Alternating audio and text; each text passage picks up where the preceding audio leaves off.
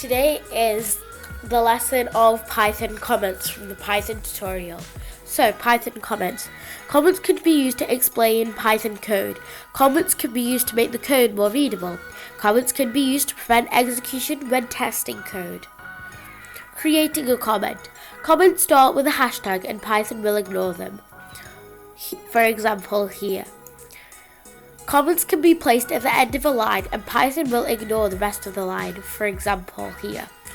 A comment does not have to be a text that explains the code. It can be also used to prevent Python from executing the code, for example here. Multi-line comments. Python does not really have a syntax for multi-line comments. To add a multi-line comment, you could insert a hashtag for each line, for example here.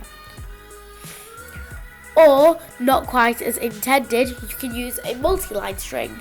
Since Python will ignore string literals that are not assigned to a variable, you can add a multi-line string, triple quotes, in your code and place the comment inside it, for example.